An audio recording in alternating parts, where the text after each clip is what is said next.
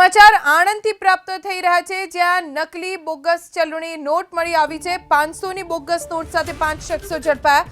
500 રૂપિયાની ચિલ્ડ્રન બેંકની નોટ્સના બંડલમાં 5 આરોપીઓ ઝડપાયા।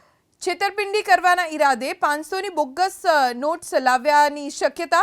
પકડાયેલા આરોપીઓ અગાઉ છેતરપિંડી કરી ચૂક્યા છે કે નહીં તેની પણ તપાસ કરવામાં આવી રહી છે। અંદાજિત 17 લાખની બોગસ ચલણી નોટ મળી આવી છે।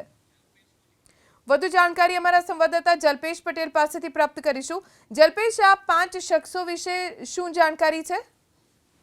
ચોક્કસથી ધ્વનિ, આ જે 5 શખ્સો જે પકડાયા છે તેની તો એસઓજી પોલીસ તપાસ કરી રહી છે। સાથે સાથે તે લોકોની ધરપકડ કરી છે ને ધરપકડ બાદ તેમના રિમાન્ડ પણ મેળવવાની તજવીજ હાથ ધરી છે। કારણ કે રિમાન્ડ એટલા માટે કે અગાઉ પણ આ 5 લોકોએ કોઈની સાથે છેતરપિંડી કરી છે કે કેમ તે બાબતમાં ચોક્કસથી તપાસ થશે। મહત્વની વાત કરવામાં આવે ધ્વનિ, તો જે રીતના નાના બાળકોને જે પટાવવાની નોટો હોય છે, એટલે કે ચિલ્ડ્રન બેંક ઓફ ઇન્ડિયા નામની જે નાના બાળકોને પટાવવા માટેની જે નોટો હોય છે તે જ નોટો હુબહુ 500 રૂપિયાની જે હુબહુ નોટ બનાવી અને આ જે 5 શખ્સો છે તે કોકને છેતરવા નીકળ્યા હોય તેવી બાતમી એસઓજીને મળી હતી ને એસઓજીએ તે લોકોને ઝડપી પાડ્યા છે। કહી શકાય કે 500ની બોગસ નોટો આશરે 17 લાખ રૂપિયા જેટલી હોવી જોઈએ તેવું પણ તપાસમાં ખુલ્યું છે। મહત્વની વાત કરવામાં આવે કે એસઓજી પોલીસે આ તમામ બાબતને લઈ 5 આરોપીને પૂછતાછ હાથ ધરી છે। સાથે સાથે આ આરોપી આ નોટો લઈ કોને છેતરવા જતા હતા